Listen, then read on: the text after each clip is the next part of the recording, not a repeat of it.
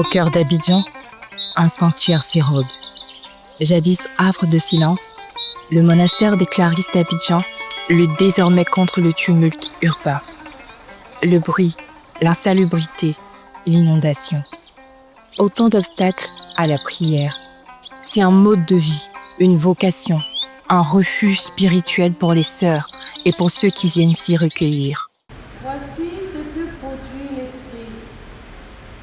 Amour, joie, paix, patience, bonté, bienveillance, foi, humilité et maîtrise de soi. Lieu de prière où se lèvent des voix pour implorer le secours de Dieu dans un monde dominé par la violence. Oui, comment est aujourd'hui ce lieu? Est-il propice au silence, à la méditation? Répond-il à la mission? Regardons ensemble comment est-il devenu.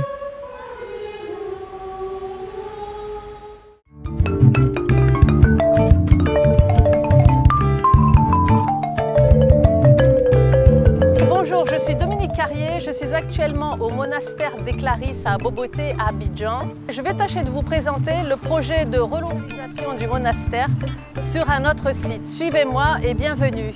Depuis 1975, des femmes y ont consacré leur vie à la prière, au silence, à la contemplation. Dans cette maison de Dieu, elles accueillent les âmes blessées, les chercheurs de paix, les silencieux de ce monde. Mais le calme qui entourait ce sanctuaire a peu à peu disparu. L'appel du silence se fait aujourd'hui plus urgent.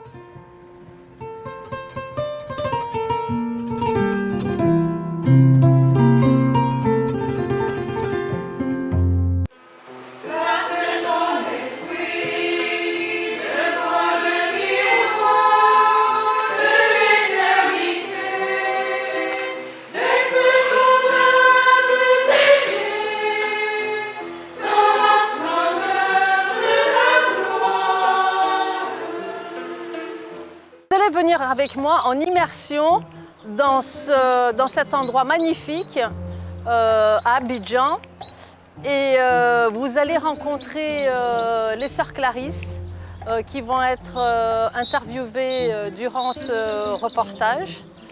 Vous allez rencontrer des personnes qui fréquentent assidûment cet environnement pour des retraites.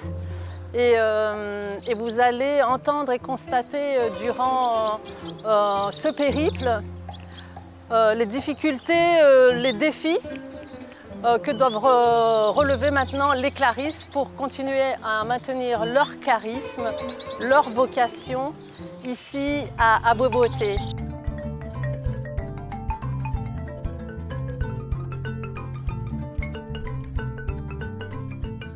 Le silence, la prière, la simplicité. Depuis plus de 36 ans, sœur François Bénédicte vit au rythme du monastère de Clarisses d'Aboboté. Je m'appelle sœur François Bénédicte, de nationalité ivoirienne. Clarisse depuis 36 ans. Rentrée au monastère en 1988, ici même à Abobo, qui était un quartier un peu plus calme. Cette zone était un peu plus calme, très différente de ce que nous connaissons aujourd'hui.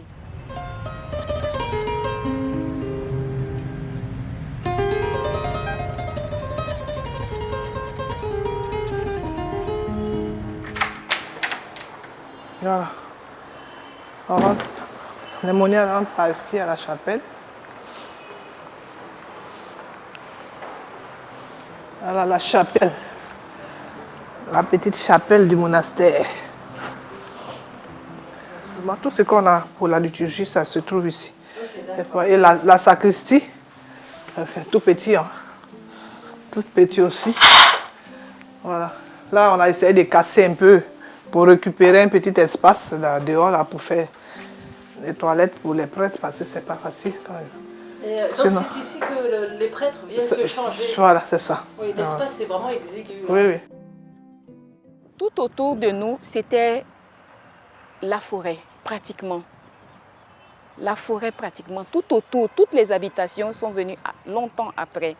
Donc on était dans un calme vraiment de prière. Propice à la contemplation. Propice à la contemplation. C'était calme. Même ces bâtiments que vous voyez, c'était un champ de palmiers. On a dû abattre les palmiers pour construire tout ça. Un lieu qu'elle a vu changer, grandir, s'étouffer aussi. Le terrain leur avait été offert par l'archevêché. Peu à peu, les sœurs ont bâti leur lieu de vie. À chaque nouvelle vocation, un mur de plus. À chaque prière, une pierre posée dans l'édifice invisible de la foi. L'exemple de la sainteté vous instruit. Soyez toujours prêts à servir Dieu et vos frères. Amen. Voilà. En tout cas, ça nous plaît. Moi, quand je suis en retraite la dernière fois, là, j'ai fait tout mon temps de retraite ici. Je marche le matin, l'après-midi. Je dis mon chapelet, je fais mon chemin de croix. Ça nous plaît.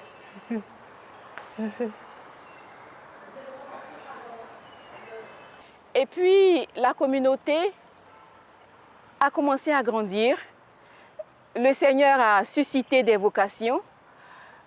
Les filles ont commencé à rentrer et, vu le nombre de la communauté, on a ajouté des chambres et des chambres et des chambres. On a élevé des étages pour que les sœurs puissent avoir où dormir. C'est comme ça que le monastère s'est construit. Et autour aussi, les gens ont commencé à habiter.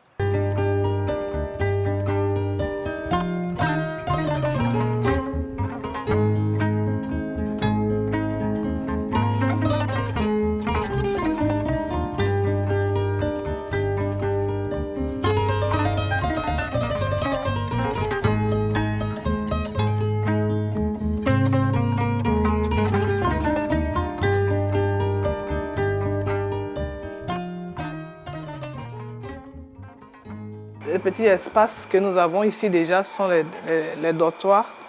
On a quelques bureaux ici. Et puis vous voyez l'espace qu'on a. C'est tout, hein? On est déjà à la fin de la clôture là. Mais autour du monastère, la ville a poussé. Les maisons, les commerces, le bruit.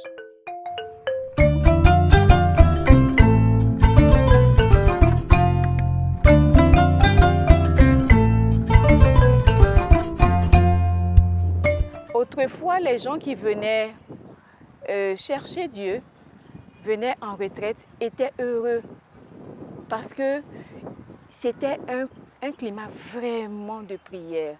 Mais aujourd'hui, c'est tout le contraire. Nous avons des retraitants qui ont fui parce que le week-end où ils viennent se ressourcer, c'est justement à partir de vendredi soir que le bruit se fait plus intense.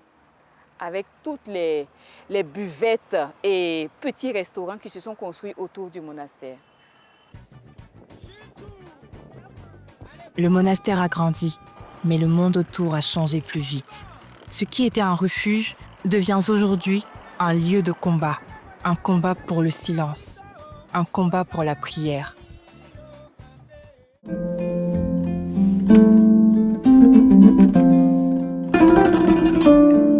Au fil des années, le monastère s'est trouvé cerné.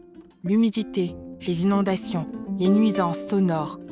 Et chaque nuit, sans sommeil, éteint peu à peu les forces de celles qui prient pour le monde. D'heureuses paroles jaillissent de mon cœur quand je dis mes poèmes pour le roi, d'une langue aussi vive que la plume du scribe. Il est né de Marie, le Père le proclame. Je suis sœur Françoise Sylvie, abbesse du monastère Sainte-Claire d'Ambougoté.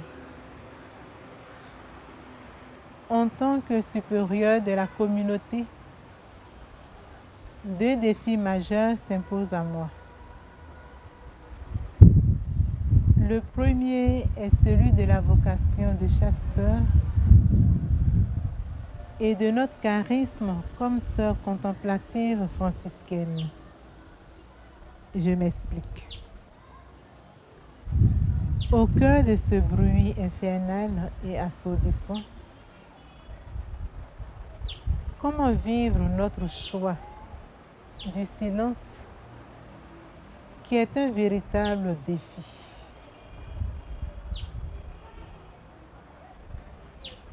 Plusieurs nuits successives sans pouvoir dormir. Comment tenir notre mission de veilleur? Saint François d'Assise, en accueillant Sainte Claire d'Assise, l'a placée au pied du crucifix de Saint-Damien, afin de briller comme une lampe au cœur de l'Église.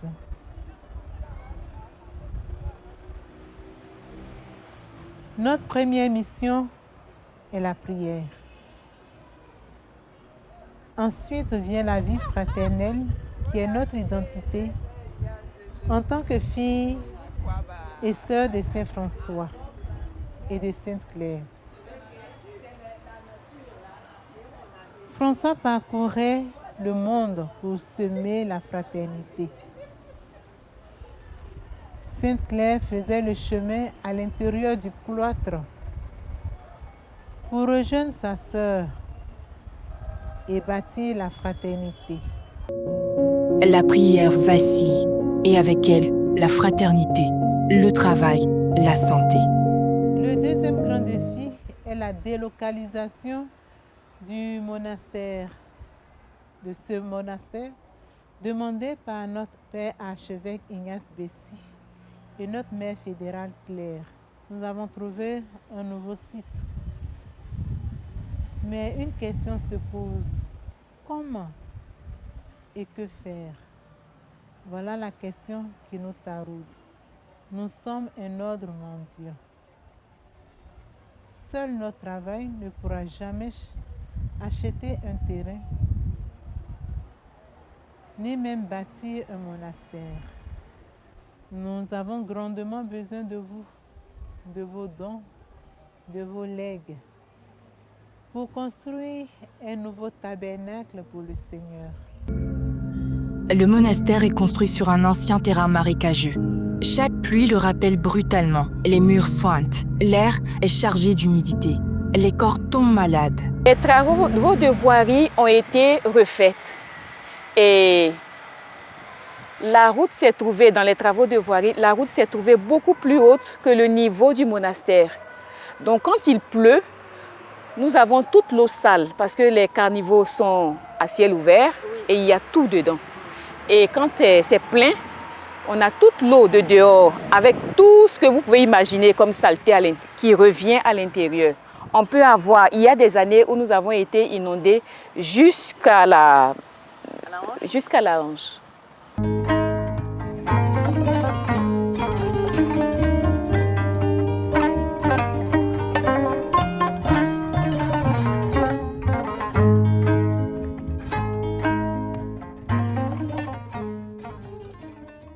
Quand les sœurs ont construit ce monastère, c'était un site marécageux. Elles ont dû remblayer de gravats et de toutes sortes de choses pour pouvoir construire. Et aujourd'hui, avec les inondations, même les murs ont pris l'eau. Le terrain est déjà humide. Nous avons pas mal de plantes qui donnent de l'ombre et de l'humidité aussi au monastère. Et les causes d'inondation et les murs qui ont pris l'eau, beaucoup de problèmes de santé. Le terrain est de plus en plus petit. La plus grande partie du monastère est pour l'espace des retraitants. Sinon, à l'intérieur, c'est très petit.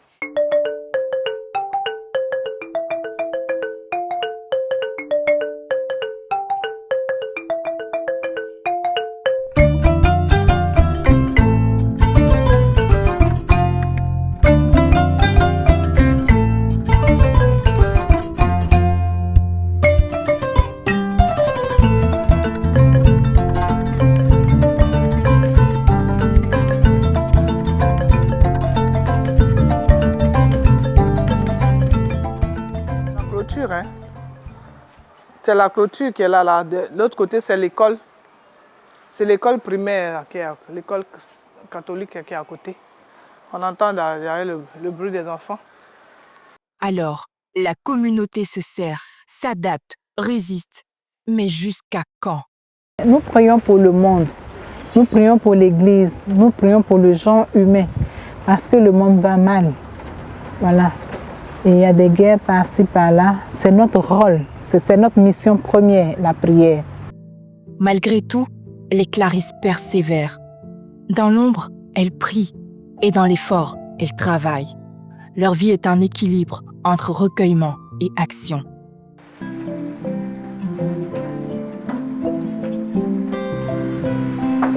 Bonjour. Nous arrivons à la bouture.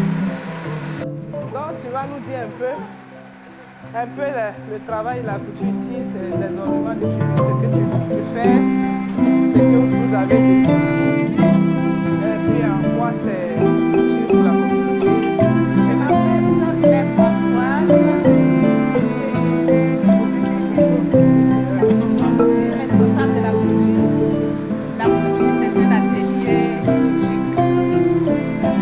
Le gouvernement des prêtres, charbon, étoile, eau, neige, Bougies, pommades, couture liturgique, vin, savon. Autant de créations portées par la prière. Leur quotidien est une offrande vivante. Je suis sœur Anne-François de la Croix. La vie des sœurs Clarisse est rythmée par la prière et le travail. Pour notre mère Sainte-Claire d'Assise, le travail est une grâce. Ainsi, chacune doit l'accomplir pour la gloire de Dieu. Il chasse l'oisiveté qui est l'ennemi de l'âme. Aujourd'hui, nous sommes confrontés à certaines difficultés liées à notre espace.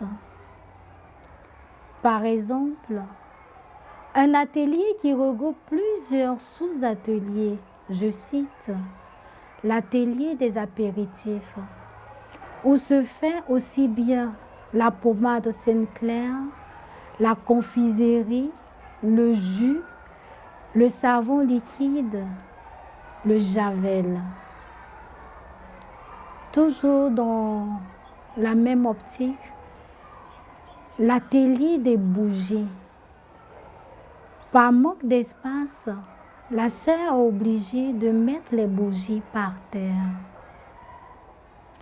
Notre travail, c'est aussi notre prière. C'est notre manière de servir l'Église, notre belle partition dans la vigne du Seigneur. Nous sommes pour elle, pour cette Église, une source de grâce et de bénédiction qui abreuve tous ceux qui viennent y puiser.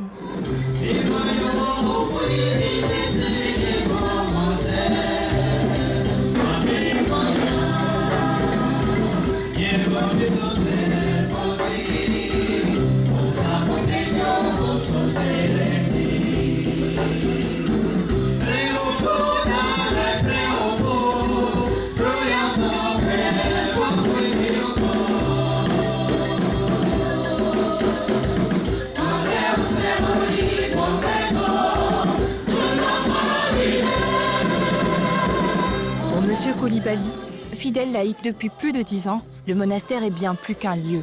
C'est un refuge, un espace de respiration dans un monde trop bruyant. Je suis Coulibaly Tiorna, Ngolodin.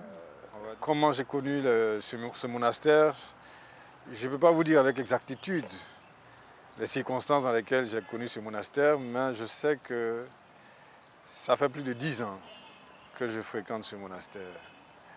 Il me semble que j'étais dans une période de recherche de stabilité spirituelle et j'ai entendu parler du monastère. Et donc, c'est ainsi que je suis venu pour une retraite au monastère et C'est comme ça que j'ai connu véritablement le monastère. Ce n'est pas que je connaissais les moniales qui y sont, ou non. C'est-à-dire que j'ai entendu parler, j'avais besoin de ressourcement spirituel, et donc je suis venu au monastère. Voilà comment j'ai connu ce merveilleux endroit.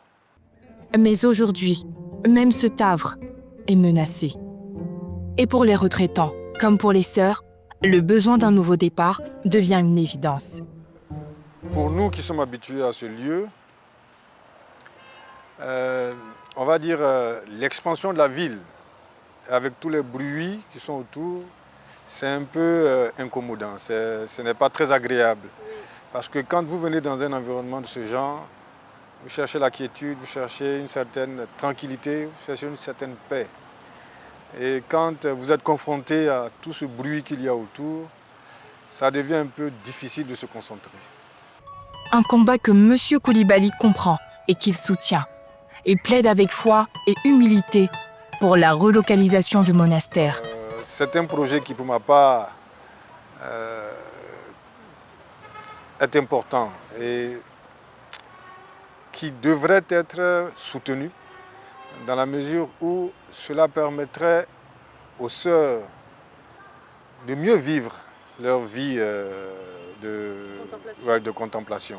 C'est ça, c'est très important. Et pour nous aussi, si on est dans un cadre beaucoup plus calme, ça nous avantage aussi, parce que, évidemment, je pense que Dieu se laisse trouver dans le silence. Un nouveau lieu a été trouvé, reste à le rendre réel. Un sanctuaire dédié à Sainte-Claire, un sanctuaire où la paix ne sera plus volée par le vacarme du monde.